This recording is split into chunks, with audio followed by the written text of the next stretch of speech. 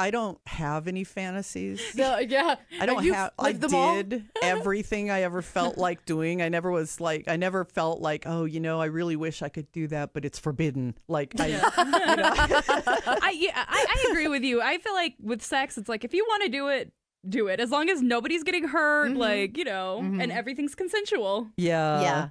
Now my fantasy is like, I never have to date again. It's so hot. Yeah. Fuck you guys. Yeah, but you're out there living your best next threesome life. 1, 2, 3, 4. Stand up, girl. Not break the microphone. Hey, what's up? I'm MJ. And I'm Bree. And we're just a couple of Vegas girls. Living the not so Vegas life. Yeah, but we're not regular Vegas girls. We're cool Vegas girls. Kinda. And this is the Keeping It Casual podcast, where we talk about everything and nothing all at once. Let's do it. I like when you sang it out. Oh, let's do it. Let's do it. Let's do it. Let's do it. I love that stupid movie. Welcome. Good morning. Or good afternoon. This is our Saturday sangria sessions. We have grapes. We have grapes and almonds and water. This is like, we got like prison food going on. We're going to do it like the I Love Lucy old school way. So we have a very exciting guest today. We do. Bree, I'm going to let you do the honors because this is your girl. This is my girl, my very good friend who I met in my all-girls writing class, Gina Covarrubias, author of I Do What I Want and... Wait, what's your next book called? No Experience Necessary. Oh my God. I can't wait to hear about that one. And what Bree was telling me about your book, and I was like, oh man, I don't read books. But your book is one I can read, and I love it because it's like really short chapters to the point. It's easy reading, it's relatable, and it's silly. And I just love that energy about it. Well, I meant for it to be for teenage girls from like 18 to 48. Okay. So everybody in the room. Yes, exactly. Can you tell us about the cover of this awesome I Do What I Want book? This is probably one of my favorite parts. I was like, give me that book. I need that. That is a photo of my daughter. And Pumpkin. No, that's not Pumpkin. That's not Pumpkin? That is my oldest son Riley's dog, Dugo. This is her daughter with some dope tattoos. No, it's body paint. Oh, is that body paint? She's just like hanging out in graffiti body paint, and look at like her nails and her blunt. It's like smoking a blunt, just nose ring. Your daughter's cool as hell. Totally foreign to me, like this body paint and everything, because I'm like way older than she is. Obviously, I'm her mother, but at the same time, it's just a different version of exactly me. Really? When I was 18. That's so cool. So I saw her like doing all the same stupid things and mistakes. And I thought, I wish somebody would have just told me the truth. Mm-hmm. Like, if you're going to be this way, this is the way to be it, to, end up with the least possible damage. Yes, I hear you. And so for her 18th birthday, I sat down and I started writing her this book, like to tell her how to, like, why you shouldn't have a couch guy, or like why you shouldn't move in, or, if something freaks you out in bed, say it first before he has a chance to ask you to do it. Oh, God, yes. And, or just like you can't put dish soap in the dishwasher. Like, things like that. Like just everything I wish I knew about getting along with neighbors, or, things you shouldn't put on your resume, or just everything. So I wrote it all, and it took me so long that I think she was like 21 or 22 by the time I was done, and I gave it to her. And all of her friends and cousins read it, and then they like demanded that I put it out. So wow, that's so you just why wrote I made it for her, and then it became a book for everybody. I wrote it for a joke for my own kid, and then her and all of her friends that are just like her and just like me and all my friends were, all wanted it. And so I put it out for them. Like, here, you guys, if you're going to do this, then do this. I don't even bother telling you to go to college. I already know you're not going to. Fuck college. This is brilliant and hilarious. And I'm so excited to keep reading more of it, because I have to, it's like chapter at a time, because I'm like reading magazines, but this is like a book that I love and I just want to read more and more of it because it's so funny. I just flipped to a page that says hoes before bros. Like this mom knows what's going on. So, Bree, so before what we like to do with our guests is we like to play the getting to know you game. So we have a little cup of silly questions. That way all the listeners can get to know you. And then we're going to get into some really juicy topics. Yes. We're going to spill the tea. Some super juicy stuff. But yeah, we're going to have you pick 3 questions of the getting to know you game cup. The first question, what would the title of your autobiography be? Well, I think the next book. Yeah, it's no experience necessary. Yes, get it on Amazon now. So, would you want to tell us a little bit about No Experience Necessary? Okay, since it's up here now. Yes, No Experience Necessary is about my brilliant plan to have a lifetime of financially supporting myself without getting any real job skills. And it starts off with me in a pizza restaurant in 1988, and someone keeps calling, an obscene phone caller keeps calling, and I normally don't do the phones, and everyone else is answering and they're freaking out. And one day I happen to pick up the phone and I figure out that I can charge him money and talk to him. So I gave him a phone number of a phone booth and a time, and I gave him my ex-boyfriend's P.O. box, and I said, send me cash. And so he sent me cash, and I took it to the liquor store where they believed I was 21 because of trickery. And I went to Little Caesars, and then I realized, if I talk to this guy every week, it's Boone's Farm and Little Caesars. Wow. And then I started wondering what else I could do. Oh my goodness, you set up your own phone sex operation with your boyfriend's P.O. box and but a it phone wasn't booth. even phone sex. It was phone fetish. He wanted people to tell him what to do. He kept calling the pizza restaurant and going, tell me what to do. Tell me what to do. And so I told him. And from there, it goes downhill, and it lasts like over 20 years. But you and I both have the same connection where we both tried to do phone sex and it didn't really work out. Be phone sex operators, and it didn't really work out for us. It was horrible. Not Somebody as hung up on as me. you think. Yeah, no, you had somebody. She had somebody hang up on her, and I just couldn't get through it without starting to laugh, because I'm like, you really want this? Okay, not to kink shame anybody. Well, I mean, we all have our own things we can handle. It's like your kinkiness is out of my realm, and I can't deal with you right now, and I'm gonna have to check you because you're putting it on me, and I don't like it. It makes me feel weird. What do you guys? Either of you remember anything random from the phone sex conversation that you're like, what? Or you were like, a guy wanted me to change his diapers. ew. That's too I much. had to pretend to be black. I had a program director think that I was black one time, and it was my greatest compliment ever. I was like, thanks. Yes, I had a guy ask me, you had to pretend to be black, but the guy that hung up on you, why did he hang up on you? Oh my God. Okay. In Hustler at that time, in the back of the magazine, there was this ad with a woman crushing a man's face with a stiletto, and it said deep, dark, ominous chambers. And I worked for that company. Okay. So I was like a phone dominatrix because for some reason I thought it would be less gross than being a regular phone sex person. I don't know why I ever thought that. You thought you could just boss people around, like that's pizza what guy. You thought you were everyone thinks about being a dominatrix for the first 5 minutes, and They it's not want true. you to really just humiliate the shit out of them, and you're Literally, it's funny you said that. That is why someone hung up on me. like, okay, go. A shit fetishist called. A shit fetishist. Literally. And he wanted me to talk about shit. And I don't know. I don't have a shit fetish.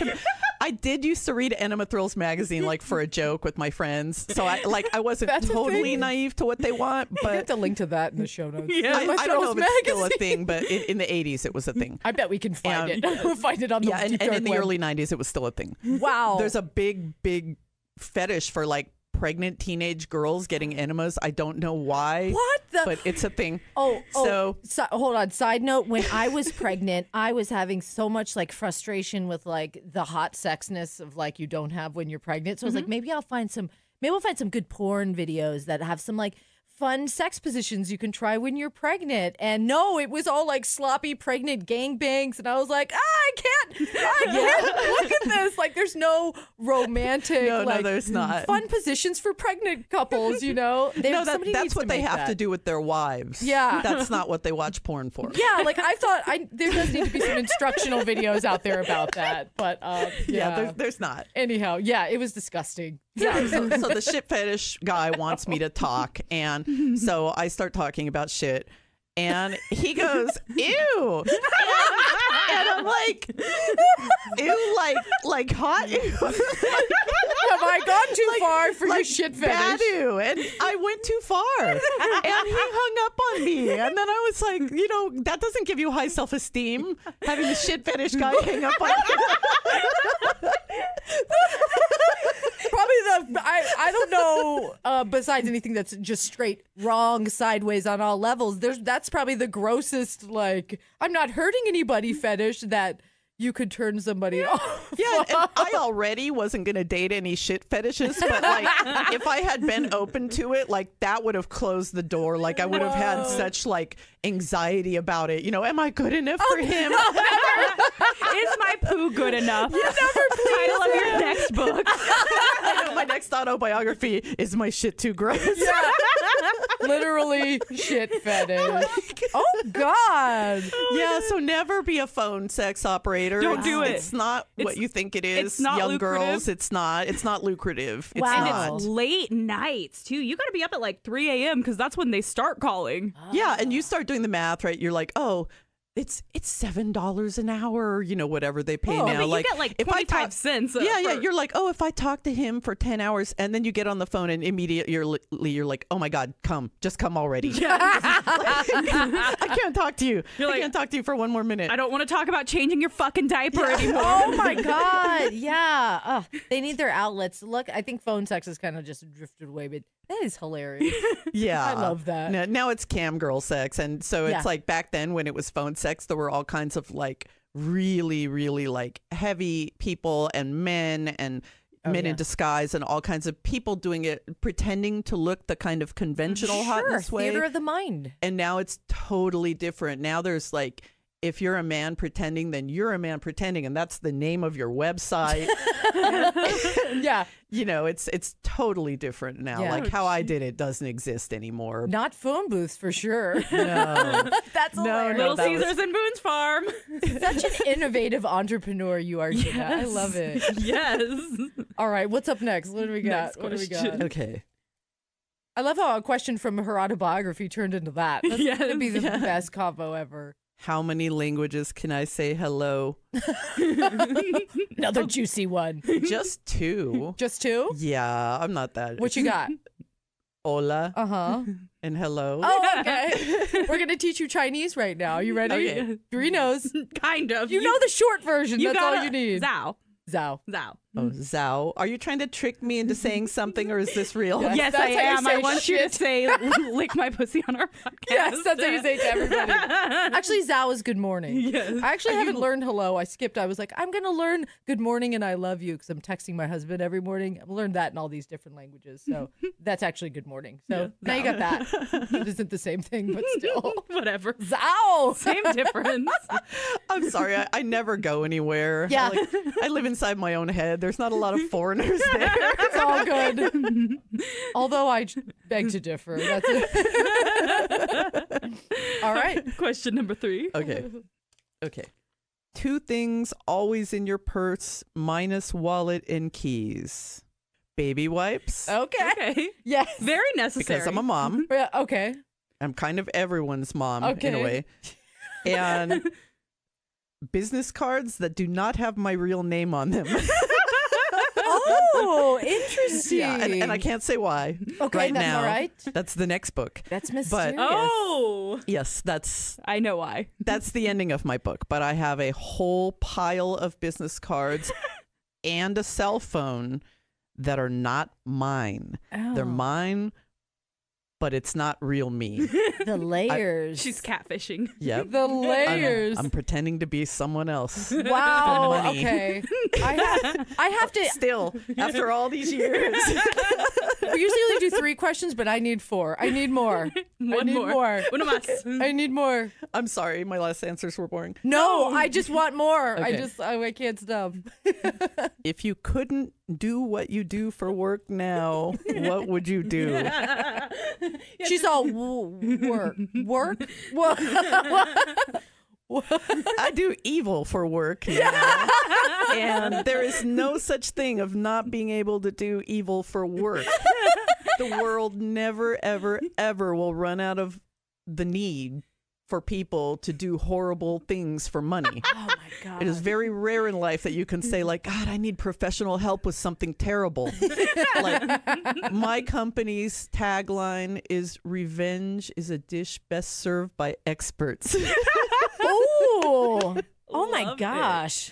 But if I couldn't do Book that, coming out. if I couldn't do that, you know, I was thinking about trying to get a job at Whole Foods. You know, completely opposite ends of the spectrum. So that I could save all my evil energy for my own endeavors and not do them on the side. I don't know though, because working in customer service might make you feel even more evil. Oh no, I meant like admin. Oh, You know, That's like true, yes. behind the scenes, Behind like the scenes, making yes. sure the numbers on things in computers are right. I actually applied before, and they called me in for an interview, and I canceled because I got this job doing evil instead.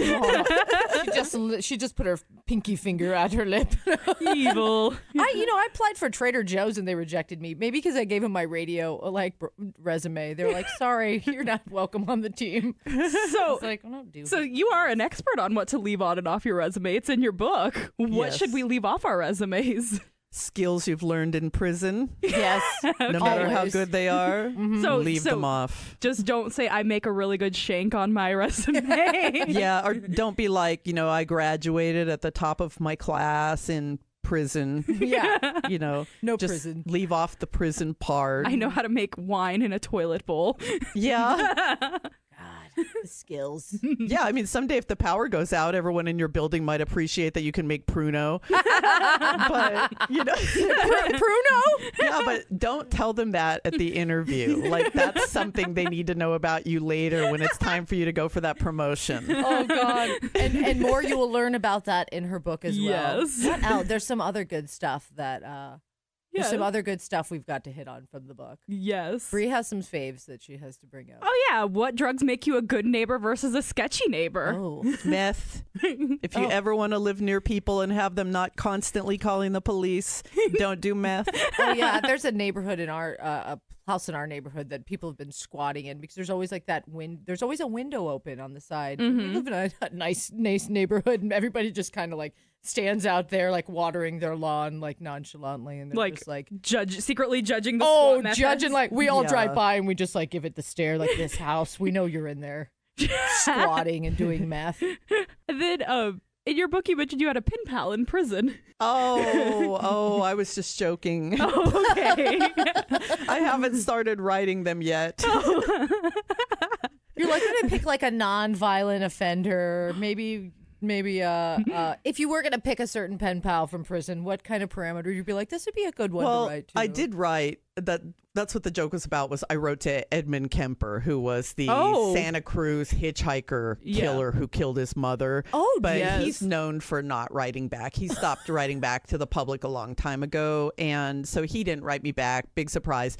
But I won a Have Your Prison Portrait Drawn contest, and so I sent my headshot to this murderer in prison, and he drew my portrait. And then when I got the headshot back, I'm like, okay, this has been all over the prison. Probably like the 90-year-olds who are still alive in there were probably jacking off to this. It's like, no! old men love me, like really, really old men love me.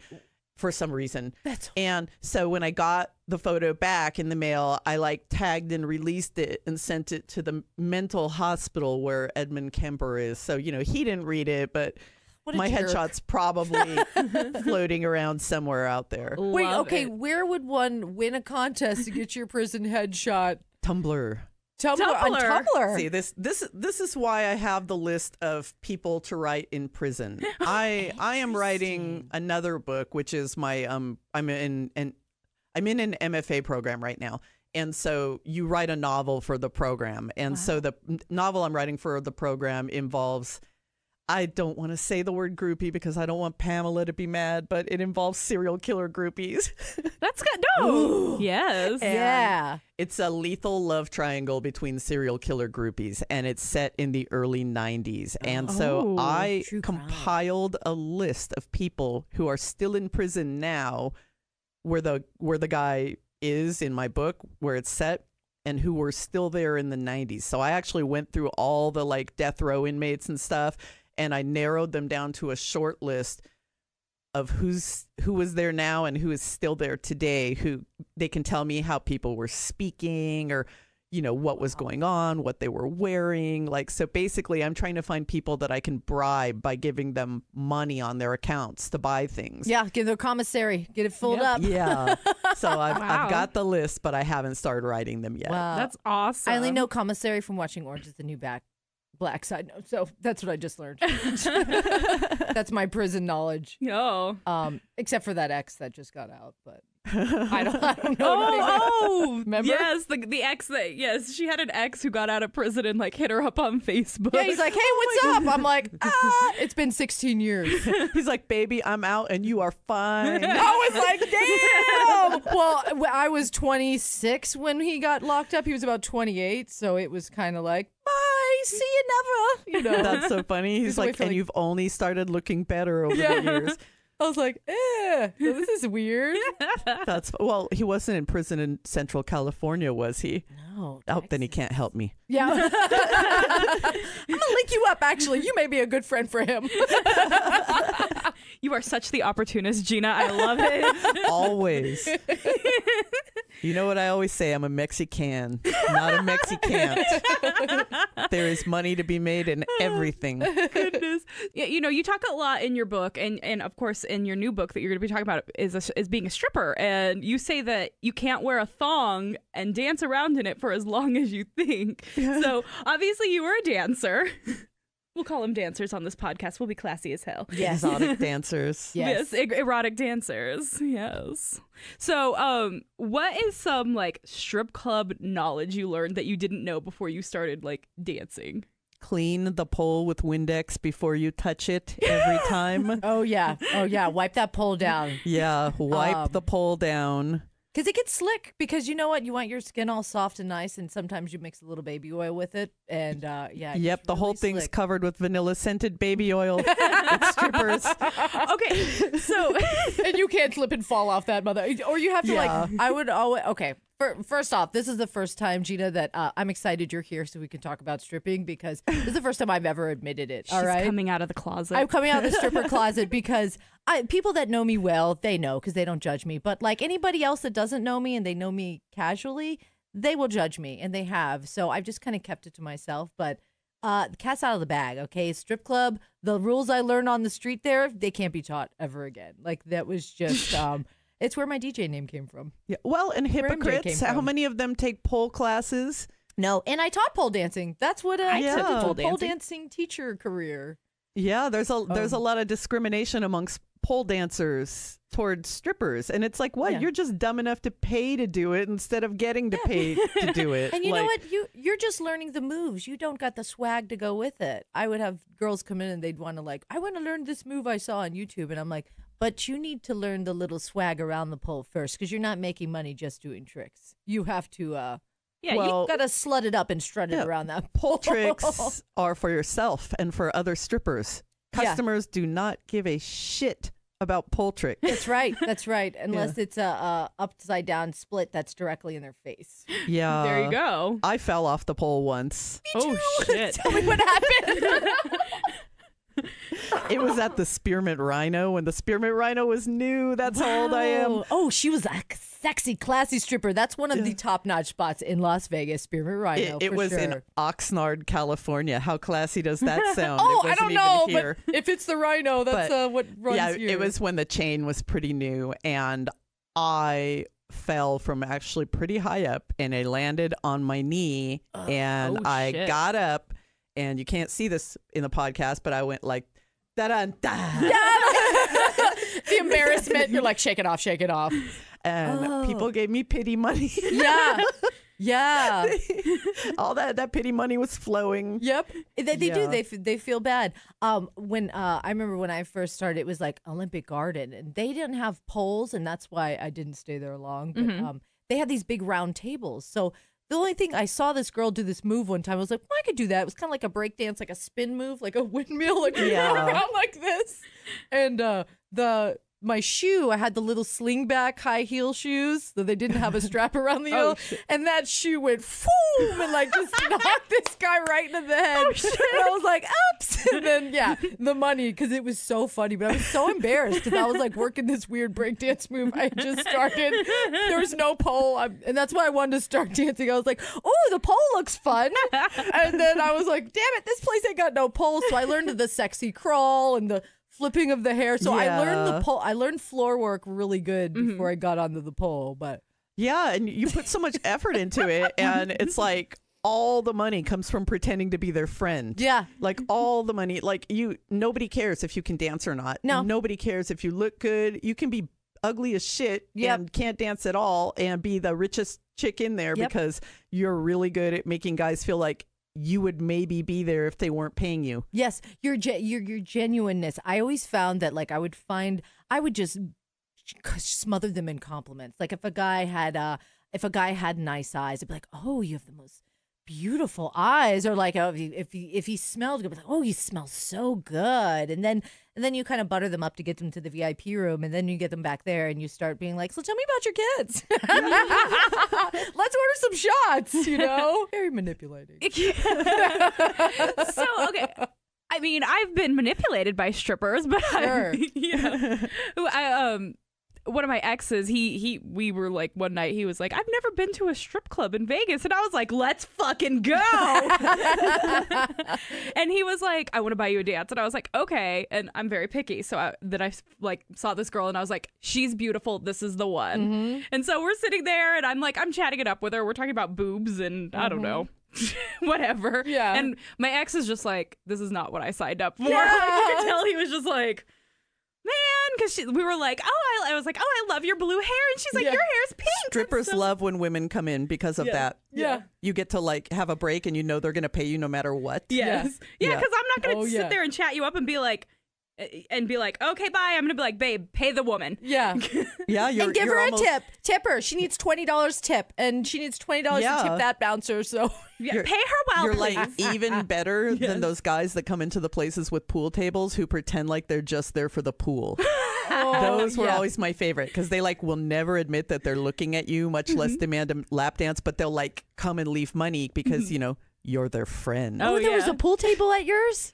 Some of them. Oh, cool. Not at the Spearmint Rhino, but at other places that I worked. I worked at more than the Rhino was the last place I worked. Yeah, same. The last place I worked was Sapphires. It was coined as like the world's largest strip club in Las Vegas. Now they have a pool and it's very fun, but we had skyboxes. So the VIP, you know, you could sell, it was $500 to go up in the skybox. And, you know, you'd talk them into like, get your buddies, let's go for a whole party. What they didn't know. And you'd always like anticipate this. You're going up the elevator, you're like, yay, we're going to the skybox for an hour, $500 in my pocket, you know? Yeah.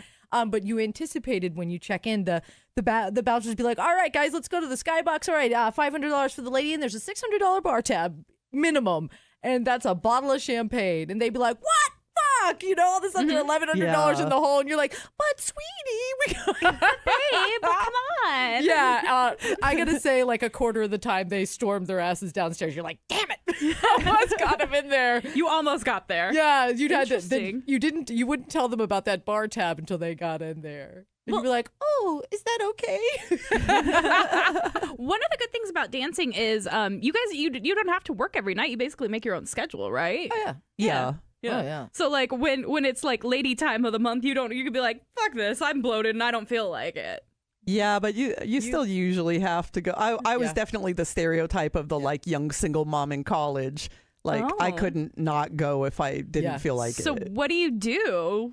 Like You put the string up in you. Or Oh, I would okay. just cut the string. or just Yeah. Either way, like it's. Yeah, cut that string. okay. So wow. I still do that if I'm like if I'm like in the pool or in a bathing suit like or going to something. the beach. Yeah, I still cut Yeah. the string. I did know a girl though who the whole tampon fell out in front of everyone at a bachelor party. Oh Shit. Oh, Oh that my was pretty god. fucked up. that's Oh my God. How? I mean, we're ladies. We know that they don't just fall out. So She how didn't long do did her she had that kegels. thing in? Okay. What's going on? Yeah. She probably did have it in for too long because okay, I learned the hard way when I was a teenager once and I got sent to live with my dad like for punishment, and so there was like no one in the house to get me tampons or anything like that. And I remember like no one was home and I ran out of tampons and I needed a new one, and I was like, shit, like somebody's got to come home. And while I was waiting, the situation was getting more and more dire, and I learned they will fall out on their own.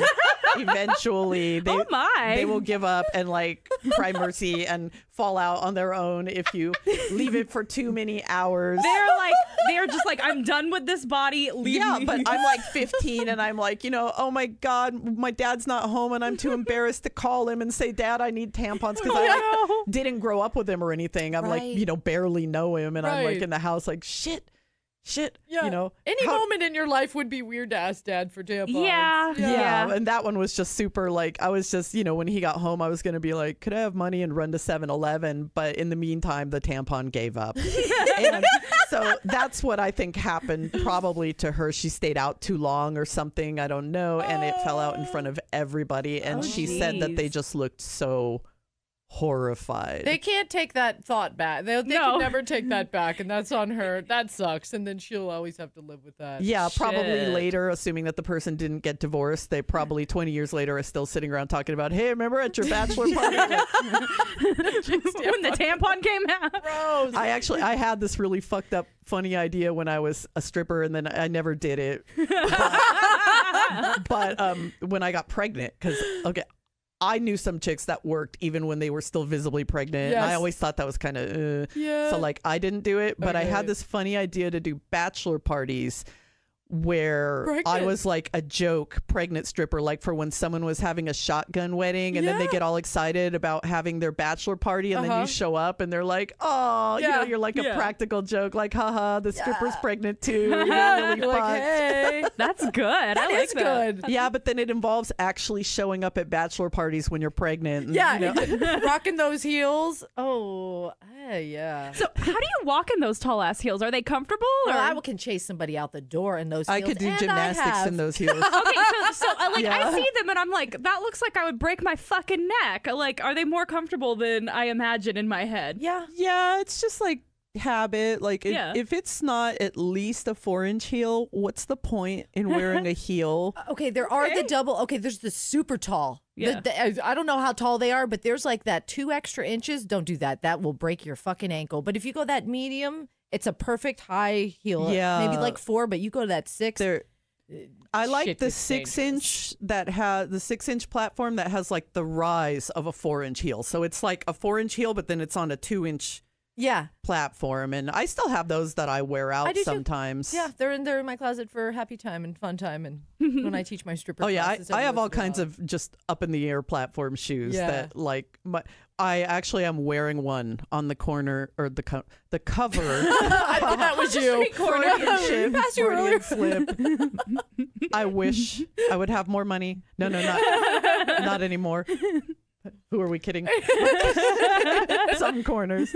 But on the cover of my book, I am wearing a stripper shoe, and my daughter shot the cover, and she's like found out later that they're mine. She thought I borrowed them, and she's like, "Those are yours, Mom?" And I'm like, "Yeah, they're mine." And she's like, "Oh my God, why do you have shoes like that?" And then I'm like, Oh, she never knew?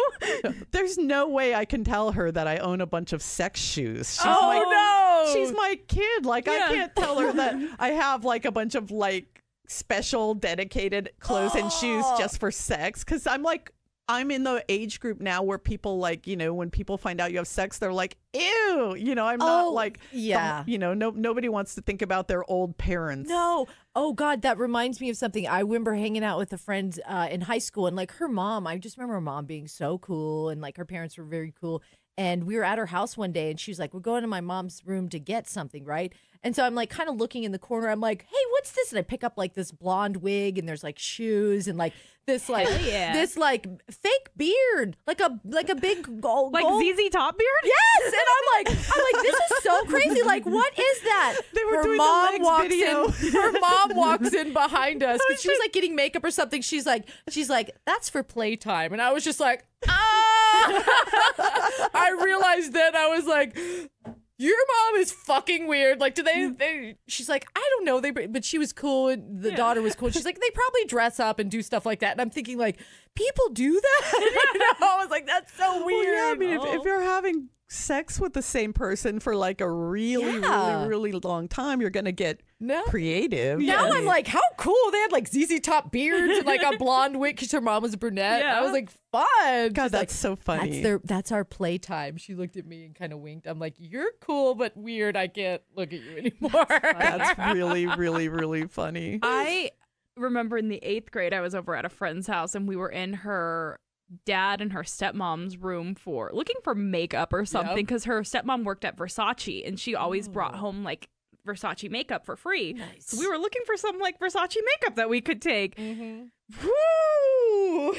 We found strap-ons. And I was like, I'm in the 8th grade. I didn't know what any of this was. It was like, one of those ones that you tie on the thigh, those type of strap-ons. Oh my God. And I was like, wow. So just like hump my leg?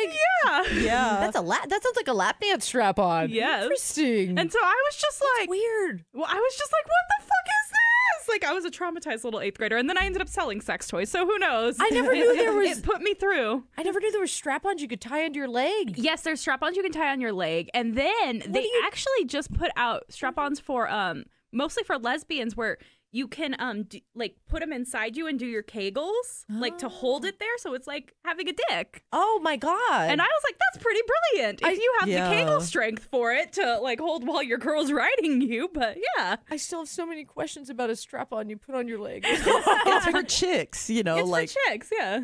Oh, like and she this can was her like ride parents? your leg. Were her parents like together? It was her dad and her stepmom, so I don't know. I'm gonna assume, and special guests. They probably had special guests. Speaking of special guests, yes, something. The segue. You guys are more a little not experts anymore. on. Hey, it's MJ and Bree. Guess what? We're doing a Keeping It Casual swag giveaway. Woo! The last Wednesday of every month. That's right. All you need to do is go to iTunes, subscribe, rate, and review. If you don't have iTunes, follow us on Instagram at Keeping It Casual Podcast for our pop-up giveaways. It's that easy. Yes, and we look forward to hearing from you. I haven't been a special guest in a while, but yeah, we've both only been special guests in threesomes. Oh yeah, that's one of my rules. No, if your relationship has devolved to that point where you're thinking about bringing in someone else so he doesn't leave you, just leave. Yeah, I think once you've opened that door, honestly, I was just talking to a friend about this who has opened up their relationship for the last 2 years, and it got a little wild. And with that kind of lifestyle comes a lot of partying. Yeah. A little drugs, a little sex, drugs, and rock and roll. And right now, things have gone to shit. Oh. So it always does. I'm not going to say anything about that, but please, we want to hear some threesome. Yeah. We want to hear some rules of the threesome, the unwritten rule books of the threesomes, ladies. The first rule of the three-way is that all of the rules that you make with your partner when you're deciding what the rules are going to be, he's going to break or he's going to try to break them. You can set up all the rules you want. Oh, we're only going to do this with her. We're only going to do that with her. We're only going to see her this time. We're only going to see her that time. He is going to be calling you behind her back within 2 weeks. There is going to be all kinds of weirdness. They're going to start kind of blurring the boundaries and thinking, well, maybe if it was okay to sleep with this chick, maybe it's okay to sleep. Right. The rules never end up being the rules. That's exactly what we true. were talking about just yesterday with a friend. And it was like, it's all fun and fantasy. And I feel like that's the kind of thing you can get into if maybe you're in a new relationship and you want to just kind of, or honestly somebody you're not that crazy about. You're like, well, this is probably isn't going to go anywhere. We're having a fun little sexcapade. Yeah. Like, I feel like that's when you experiment, but that's a little scary. Hey, kudos to people that can do it and get into it, but I think it's a little scary to do that in a I'm sure some people can. And they can put, I mean. But I've never met any of them. Okay. Everyone I've ever seen has been a train wreck. And you know how I know? Because I'm invited to all of them. I'm invited to all of them. It's like my ex-husband, when I was really young, in my like early 20s through my like late 20s is when we were together. He started this basically rumor about me. Not rumor, but I can't think of a better word to describe it. He basically let it be known to people that if you were kind of bi-curious or thinking about having a three-way, that like his wife was the person to call.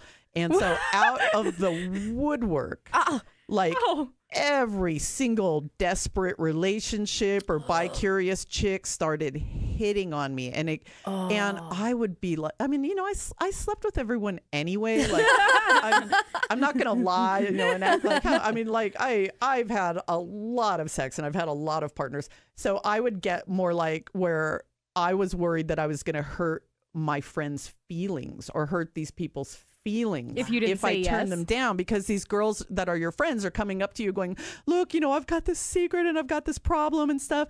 And then you're like, fuck, she just laid all this on me and I can't turn her down because she's my friend and she knows I've slept with everybody. No. So I ended up having all this like obligation three-ways and stuff because I didn't want to like hurt people's feelings because I liked them and they already knew that I like maybe wasn't that discriminating.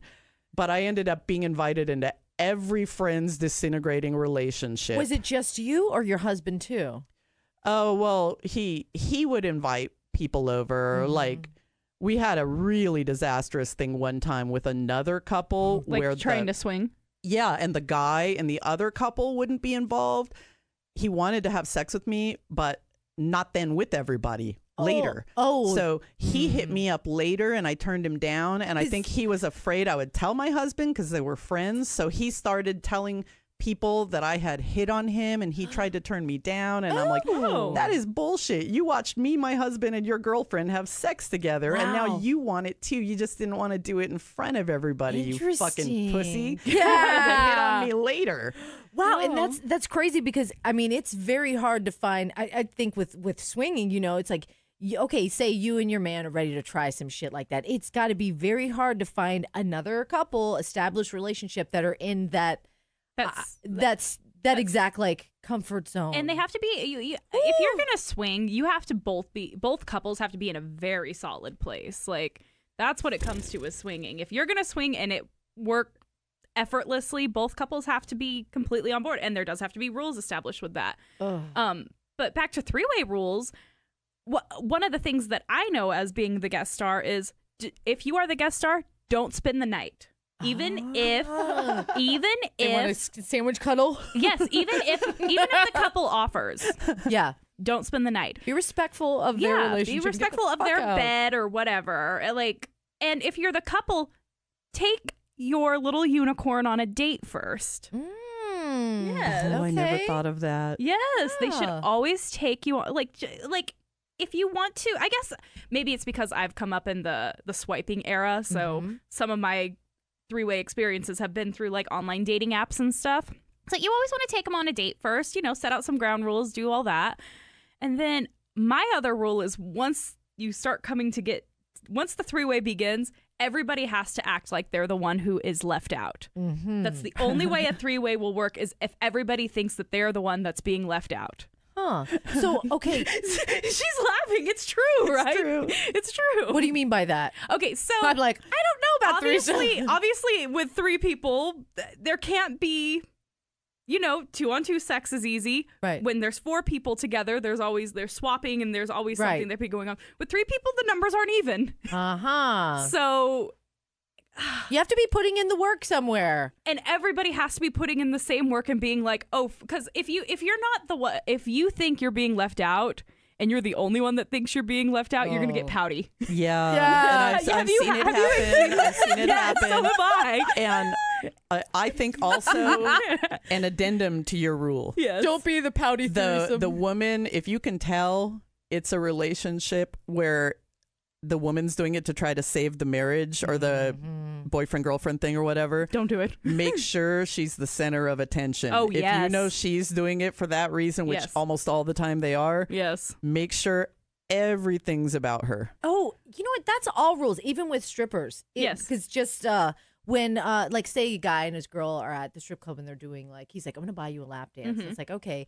I would do that. And as I was giving him a lap dance, I'd have my eyes on her, like, you know, kind of just touching her arm or, like, you know, just making sure that she was, like, this isn't about him. You know what I No. mean? Like, this is about something for you together. So my focus would be on her, even though I was dancing for him. Yeah. So it was that kind of Yeah. respect as Yeah. like, this is a vulnerable place for her, so make sure you so that's a lot of work for the unicorn Yes. to Yeah. like make sure that the woman feels comfortable, I can imagine. It is. It is definitely a Without lot. ignoring the man, because I'm sure you've had women that are like, no, take care of my men too, right? Yeah. And I mean, there are some girls out there who have like the cuckold fantasy who just are like, I just want to watch you fuck my husband while I masturbate. Okay. I don't know. I had a friend who was in that situation. Oh, And I was man. like, go for it. It'll be fun. And it was fun for them until he started hitting her up to have sex on the side with her. Because they Always always do. Right? They always do. It's just you've broken that barrier, that like that really solid boundary, and once you've kind of like once that Yeah. line in the sand has been buried, You it's can't easy go back. to just you can't go back. How could you? Yeah. I I mean, don't know. I've been married for a long time, Mm-hmm. and it's like, you know, I don't even flirt. Like there's a line. Like after all my life experience, and Yeah. everything I know now, it's like if your marriage or your relationship means something to you, like here's the line, and the line's different for everyone. But Mm-hmm. for me, it's like don't even flirt. Don't even like start to let other people in. Right. And you can't, once you've really started getting even beyond that point, and especially to the point where you're having three ways, you've broken so many barriers in your, you know, what makes your relationship a relationship, that it's not really what it was before anymore. Yeah. Yeah. That's how I feel. I mean, I've been married for 4 years. I've known my husband for 10, but like I've had crazy fantasies of like, what if we were just to take a vacation to a swingers resort? Like, I think I was like reading some erotica or Yeah. something. And it's just like, God, the fantasy of it is very hot and sexy. But could I watch my husband fuck some gorgeous babe? Or, Well, usually at swingers resorts, you're not going to find the gorgeous babes anyway. None. yeah, or, well, maybe with some old farts. Like the Yeah. guys would probably suck. Or could I enjoy him watching me? Like, I don't know. I couldn't. I don't think I could when but it that's comes down to it. But the That's thought the thing. The is fantasy fun. of it could be fun, though. You guys can like talk about it in the bedroom, like trying to get it on. Like, what if we do it this way? Blah blah blah blah blah. Yeah. But then you don't actually have to act it out because it's all about the fantasy Yeah. of it. But I feel like too much Yeah. talking about that could probably lead to some real, I don't know. What do you think? Like if you start entertaining that kind of fantasy like together, I would never. That's Yeah, I that's don't- one of the. yeah. But you know what? My You know what own really personal sucks? fantasy is one thing, but Yeah. to share something like that Yeah. with him, he might start being like, "What are you wanting here?" Yeah. I don't have any fantasies. No, yeah. I don't You have. I live them all? did everything I ever felt like doing. I never felt like, oh, you know, I really wish I could do that, but it's forbidden. Like, I agree with you. I feel like with sex, it's like if you want to do it, do it. As long as nobody's getting hurt, like, you know, and everything's consensual. yeah. Yeah. Yeah. Now my fantasy is like, I never have to date again.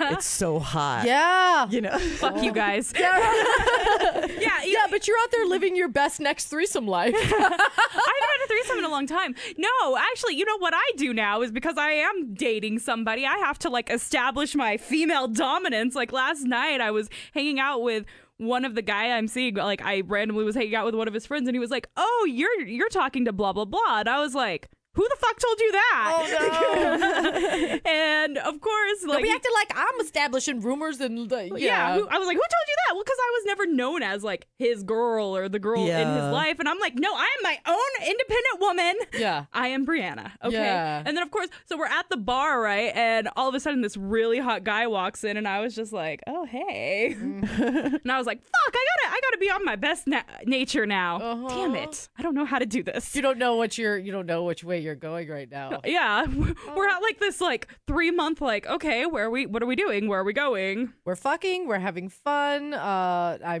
Friends are talking about us. Yeah. Like, but I have to establish I'm my single person in front of him when a hot guy walks in.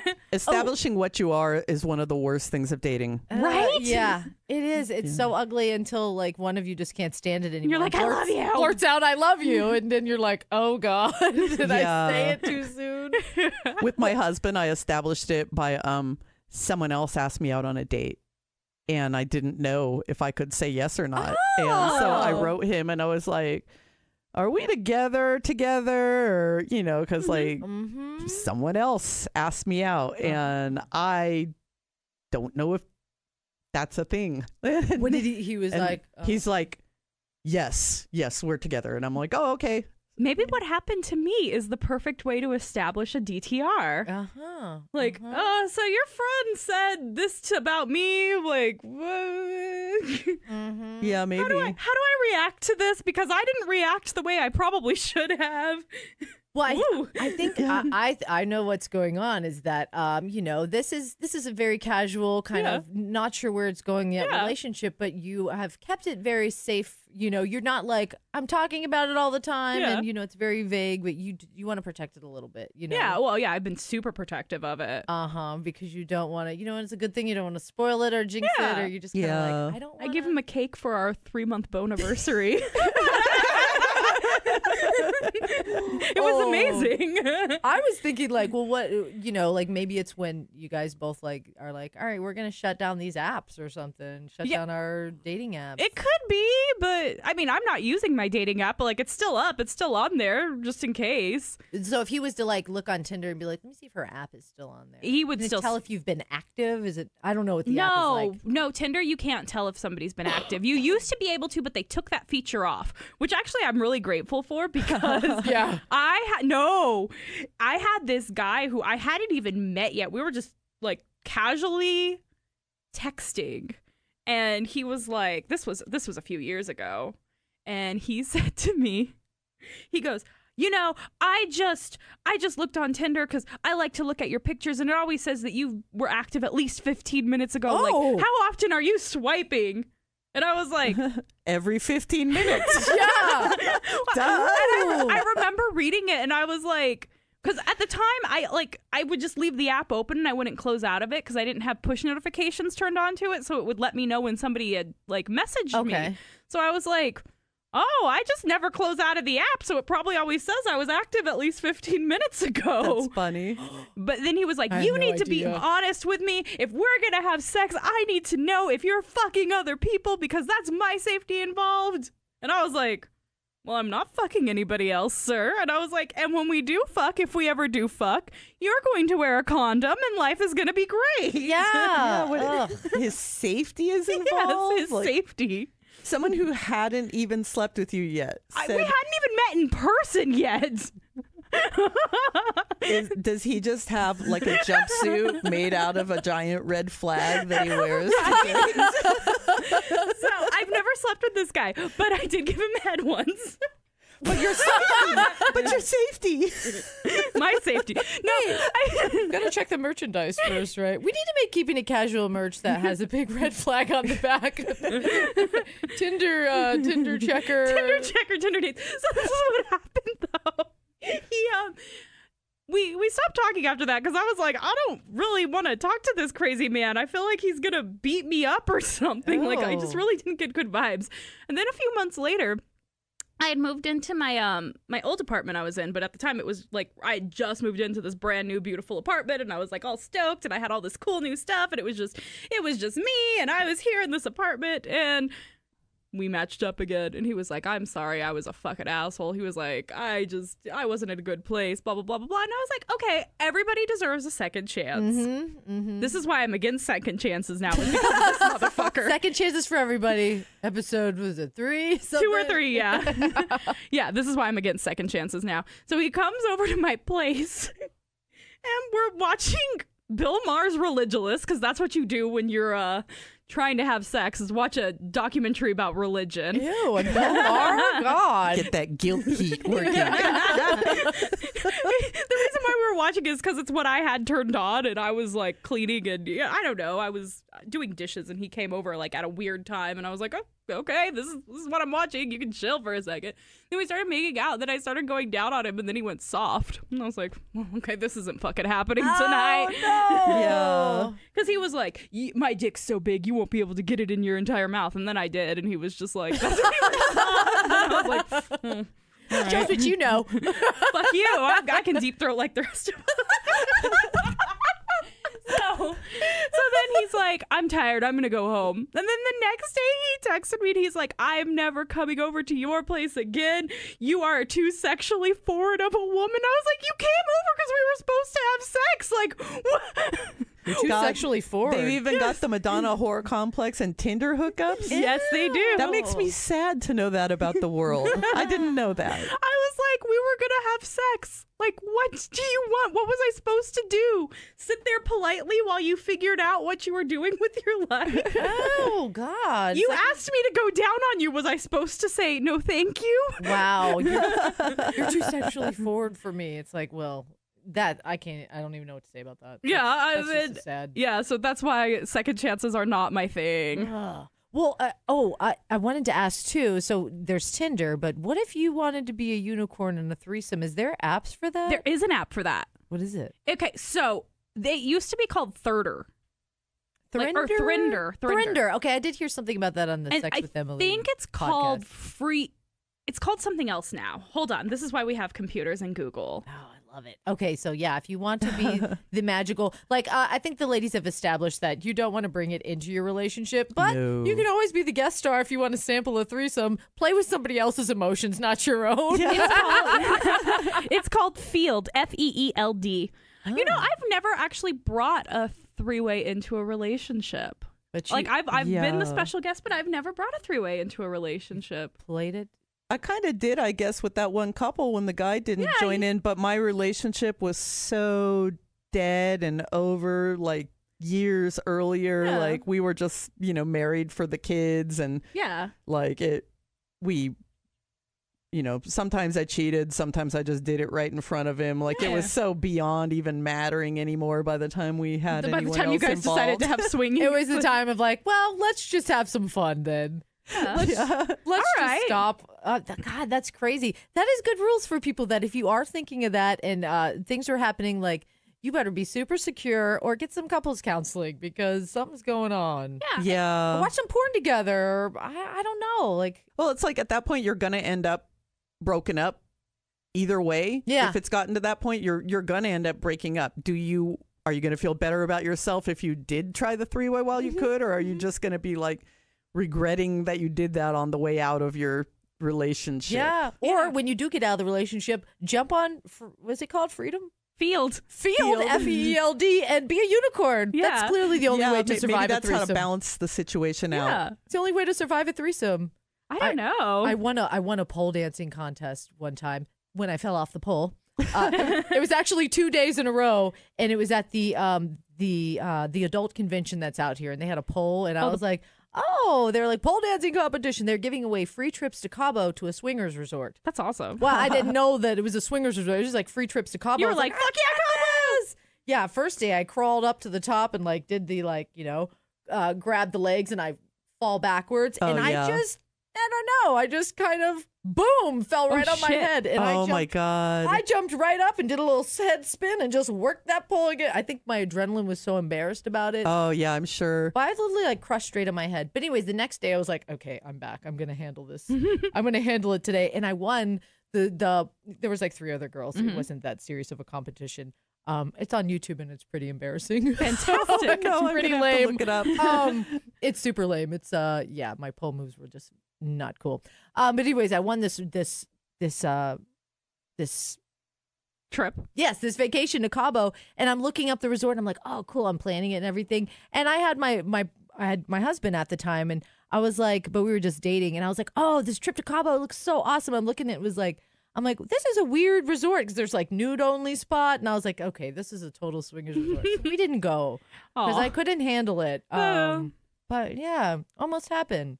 Well, maybe you guys just need to go to Cabo and stay at a like one of those 5-star all-inclusive. Yeah, well, that's definitely going to happen. But that's when I was like pondering a lot. Like, should I? Like, would we? Like, Would we do like... this? But you guys were like new to dating at the time, weren't we? Yeah, Weren't we all dating? We were dating. We yeah, were new. We were about a year and a half in, but very crazy in love, and just like nobody's fucking my man. Yeah, I'm not letting that go. I get that. What a juicy tube. So, Gina, you are a rock star. you are. I feel like we need to have you back for round 2 because Yes. I would be happy to come back. there's so much going on here. So listen, a couple of things. We are gonna we gotta post a picture on the Keeping It Casual podcast on our Instagram. Yes. We're gonna share some links to your books. So definitely, I do what I want. This is the unmotivated young woman's guide to independence. It's badass and it's hilarious. So we're gonna link to the Amazon accounts, and then what's your other book called? And we'll make a link to it as well. Oh, it's not out yet, but it's called No Experience Necessary. Okay, and this one's going to be about, you said it was about stripping and stuff? It's the one that starts in the pizza restaurant, Uh-huh. then it goes into stripping. Ooh! Okay. And then it goes into the final chapter we can't talk about. No, there's another big one in between. Oh, I know The which one it secret is. ending. Ooh. It goes from the pizza restaurant to stripping to me writing advertisements for the porn industry.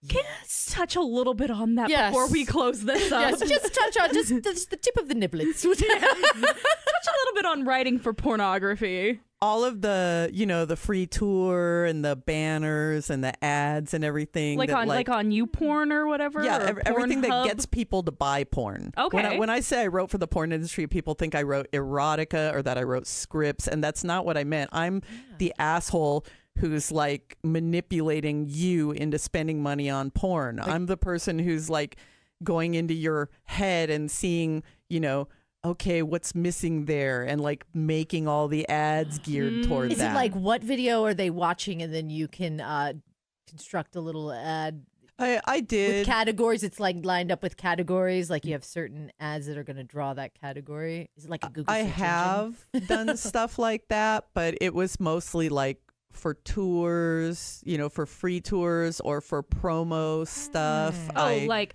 1 week free of blah blah girls next door. you know, and then still getting all their credit card my information. favorite thing to write was the captions in, how in Hustler magazine they have the movie reviews Yes. and they have the photos. Yes. You do not have to write about what's in the photo in those captions, or at that time you didn't, because it was right after Alan McDonnell's time at Hustler, and so there was like a really kind of dark, dry sense of humor, and you could actually write about literally anything you wanted, like things from history. You could just make a complete joke about what was happening in the picture. So you would see the picture and it'd be like, Abraham Lincoln was chopping down a cherry tree. Yeah, like you could just write any funny thing you wanted. And it was like a girl getting railed in her ass. Yeah, or and it was such a small part of the job, but it was like what I looked forward to the most. Oh my God. Was writing those captions. So with your schooling and writing novels, what are some of your favorite like short stories you've been writing recently? Oh God. Because you guys are in the same writing class, right? Well, not in school. Our writing class is an all-girl writing class taught by Pamela DeBar, who is the world's most famous groupie. Yeah. Oh, that's awesome. She wrote a book, right? She wrote a lot of books. Okay. Her first book about her groupiedom is called I'm With the Band. And that's the really famous one. Yeah, that's the New York Times bestseller Really? and everything. Okay, Yes. we're going to link to everything juicy you hear in this podcast. We're linking it up, okay? So go to the website or maybe in the show notes. And definitely if you're like a listener and you're or if you're a writer, or even if you just want to get some thoughts out, go take Pamela's class if she comes through your city. Yeah, it's pretty fun. It is. You don't have to be a writer No, you don't. to take it. She's invited me, so I may have to come. I write blogs. I mean, I've blogged before, but writing a whole book, that's not my wheelhouse, I don't think. And Pamela's not I there can to make you handle all write a that. whole book. She gives you like a prompt. You get 12 minutes to write, and she says, don't erase, don't think, just write, and whatever comes out comes out. I think it's more about like learning to be comfortable telling your Yeah. story. It's not like, I mean, I'm in an MFA program. I'm not like there to learn how to write. No. like, Forgive me, what is an MFA program? Master of Fine Arts. Oh, okay. It's like the Thank you. terminal degree for writing. It's like, Yeah. so like, Okay. I'm in this program so I can be a professor. Excellent. So Wow. but you know, I'm learning how to write there. Like I'm studying writing there. Yeah. Like I don't go to the Pamela thing to get writing lessons. No, Like, you're if just like getting inspired in different outlets. you're- Yeah. people go there like that's why I say you don't have to be a writer to go there. People go there just to learn to like, you know, tell their story. Yeah, And get their ideas out. Because it's not like you need to put a period right there in that Ew, sentence. back God. it up. Yeah. Yeah. Well, I Yeah. think that's a lot what the podcasting does because, you Yeah. know, I do terrestrial radio where it's all FCC and there's boundaries and you can't talk for that long. And we Yeah. obviously can't talk about amazing threesomes and Yeah. shit like that. So you have to reel it in. So this is, Yeah. I mean, this is the first time I've ever like talked about being a stripper and like just Yeah. it's become very comfortable. And Bree, she's shared so much about her relationship and everything. So it's a very good outlet to so I can imagine like writing, podcasting, things like that. You're just like Yeah. you become very comfortable sharing things that you're vulnerable about. And in Pamela's classes, they're all girls, so it's Mhm. just a good group of core Yeah. women who, you know, and it's just comfortable telling your story. And she gets stuff out of me that I'm like, I would have never written that if I didn't have that in my head. And she'll give you a prompt, and your story doesn't always necessarily go the way the prompt went. Because like one time she gave us a prompt that was like, write about something you're addicted to, and I wrote about how I was addicted to not having relationships, to having like one night stands, basically. Uh-huh. The Which is one not date wonder. The one date wonder, yes, which is not really the truth. I'm not really addicted to them, but I like it came out and I was like, oh God, that scares me. Where did that come from? Cool. You got to Yeah. find something to bring out your creative outlet. And Yeah. just, I think being vulnerable and telling your story and being just 100% honest with it, there's so much power behind that. And I think there's because there's somebody out there that's holding on to that secret and doesn't feel comfortable sharing it. And once they hear it from you, they're like, all right, you know, like Yeah. I can own this, you We know. have a rule too of what happens in class stays in class. Yeah. So, like you can really be honest about Yes. Sure. things. Yeah, I love Definitely. that. Well, what happens on this podcast is out there. So Well, just so you know, well, I talked about my own piece I wrote, so it's okay that I Yeah. broke that class Yeah. barrier. Right. Well, and I was telling my husband the other day too that one of the benefits of doing evil for money is that no matter how well known I ever got, if people from my past came out and, you know, said things about me, Mhm. you can be like, fuck yeah, I did that thing. You know, like no matter what people do or no matter what I admit to publicly or on a podcast or whatever, it just makes it better. yeah, you're like, I love it. It's my brand. Didn't you have somebody who just like wrote a blog about you about stuff you weren't doing and you were just like, oh, okay. Oh, yeah, yeah. Somebody wrote an entire blog. Was it her husband? She was with my ex and she was so jealous of me that she made this entire blog about me. Not a blog post, but like an ongoing blog where she would like talk about all this stuff about me and like I never talked to her at all. I never interacted with her in any way. Just one time I said like 2 words to her, like, you know. Was it fuck you? One time I was like, you know, where are they? Like, because my kids weren't out front when I showed up to pick them up. And that's the only thing I ever said to her. But she like made up all these phone conversations we had and all this crazy stuff. Like it was She was in love with you. I know. That's a lot. That's like that is intriguing. What kind of psycho she was?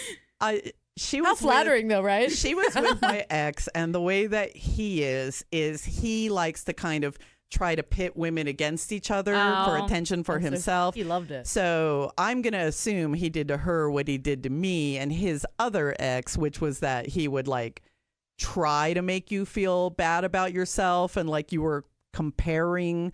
Like I gave him some pajamas once before I ever dated him because I was moving out of the state, and so I just got rid of them.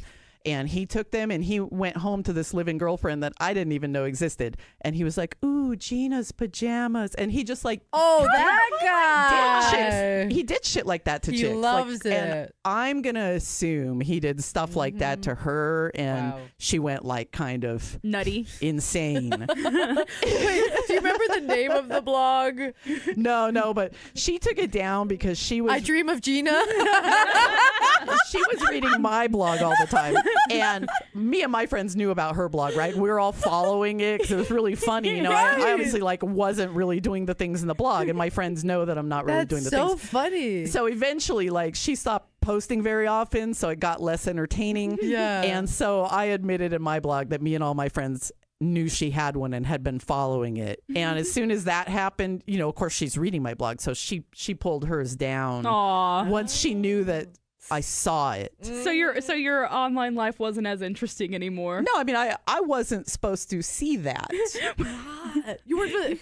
I'm gonna forever remember it as I Dream of Gina. I found it because the idiot had started her account under her real email address. Are you fucking kidding me? Yeah, she had like on a public server that I could see where she was saving blogs of mine and stuff, like to use them as evidence. Was so it I kind of like had back in the Angel Fire days? Yes. Holy shit, yes. Well, it was a little slightly after that. It was slightly after that. Angel Fire was that old. It was like one of the first big blog sites. You could build your own website. It was like pre-MySpace. Oh, MySpace was like my introduction to the internet. What was really funny was she was keeping the blog on this like mommy blogger site that, oh my God.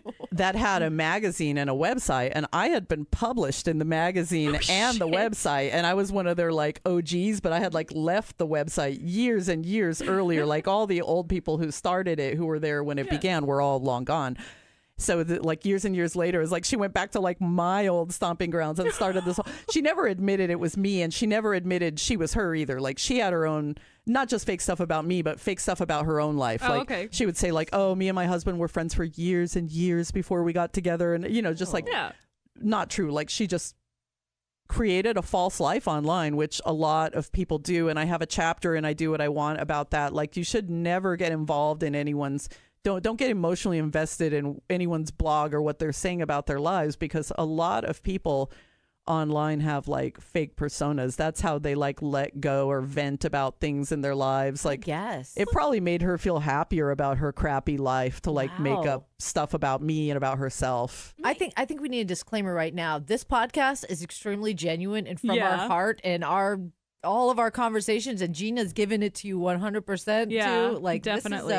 This is all true. But that is so true, because I think it's a different type of person. It's a different personality of a person that does things like that, you know? 'Cause it's like, what, or maybe it's just different situations, but I don't know. Like I couldn't waste so much time just creating a fictional life to just like, that woman's got issues. That's problems right there. Well, That's just nuts. When you think about it, though, so many people do that online. When you look at people's Facebook pages and all they talk about is how great their relationship is, and I love my mans, and I love my mans, and then they're calling you crying at 3 a.m. because he's drinking and fucking somebody else, and you're like, okay, what happened to that great relationship? The more they talk about, the more they do those memes, you know, share if your man works hard every day and comes home to a woman who loves him. Like, that means he's cheating on you. Yeah. Like, if you're posting that kind of stuff, your relationship's in the toilet. Oh yeah, I think the last thing I posted about Chris was like on our anniversary. I was like, should I? And I was like, all right, he's cute, he's a babe, you know, he's a good dude. But it's like not on and on every week all the time, you know. It's just like I see some constantly stuff, and you're just like, this is a little suspect. According to my social media, you wouldn't even know I was dating anybody. Like, I don't. That's how quiet I am. Well, quiet I am about that shit, except for on our podcast. Yeah. Hey, this is our whole 100 listeners or so. This is where we spill some truth here. Yeah. Yeah, but you're not even friends with your husband on social media, are you? No. Yeah. See, you both do social media though. Yeah, but I won't let him be on mine. Okay. He's real jealous, and he like will read something into nothing, and we finally just agreed, like, you know, I told him one day, this is the only place that I talk to my friends. I I work full time. I'm in school full time. Like, I barely leave the house. This is my only like communication with the outside world most of the time. And I need it to be like my fun place. And not only that, but it's where I market my books. Like, you have to have it as a marketing tool as well. Like I can't have that kind of drama. And he did cause minor stuff a couple times on there. And so I just blocked him, and it has been probably 6 years. Wow. And I wouldn't have it any other way. I will never add him back on social media. I don't have any interest in being friends with his high school friends. He doesn't have any interest in mine. I just don't. I think more couples would do well if they were just separate on social media. Gina, continuing to give us the women's guide to independence. I love it. Oh, and but while you're talking about social media, please, where do you like to, people can find you to talk about your books, or they want to talk about their threesomes or their things.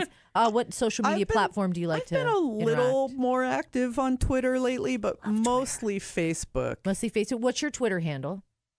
Oh, God, what is it? Oh, man, Gina. Damn, that Gina. shows you how active I am. It's Mommy Dearest Gina, M-A-M-I. I was going to say, I could find it for you. M-A-M-I Dearest Gina. Yeah. Okay. And then on Facebook, I'm just Gina Covarrubias. Okay, and can you spell that? Since kindergarten. Gina. Covarrubias. Like Covarrubias. Covarrubias. Or if you want to pronounce it like most people, Covarrubias. Coba what? Cova. Yeah. Nobody can pronounce my name. Definitely one we.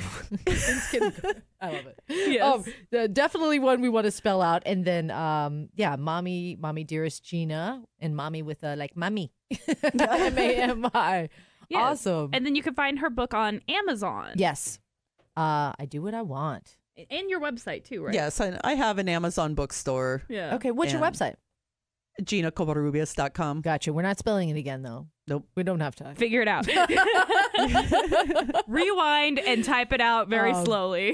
As always, all the links to all the cool stuff we talked about. I will even share the link to my ridiculous pole dance video. Yes. So, you know what's funny about that video is like I put it up like before I really got good at pole dancing, and like the comments are like, "This bitch sucks. Like, how did she win anything?" And it's true. It's so funny. So yeah, I'll put that on there. But we also need to put to some links too. Yes. What is the? I can't think of what that app's called again. Field.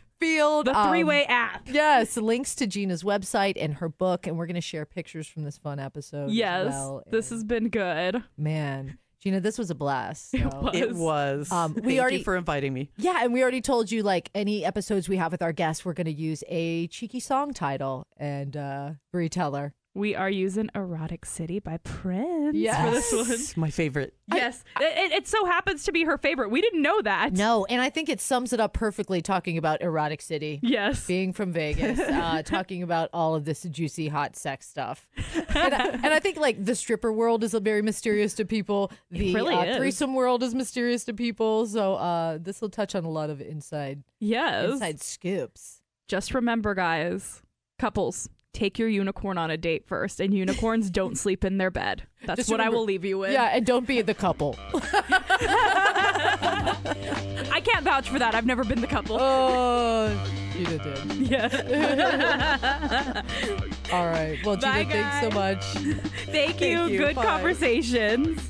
Girl, that was fun. Another fun conversation with you. Yes. If you have any feedback, email us feedback@keepingitcasualpodcast.com. My Twitter is Breemixed, BREEMIXED. And I'm at MJ Radio Diva, any social platform. And don't forget to follow us on Instagram at Keeping It Casual Podcast. You get to see live videos, silly little photos of us. All the dumb photos that we talk about. Anything photo-wise we talk about in the episode, it'll be there. We look forward to hearing from you. We'll be back with more gossip about nothing and everything. Bye.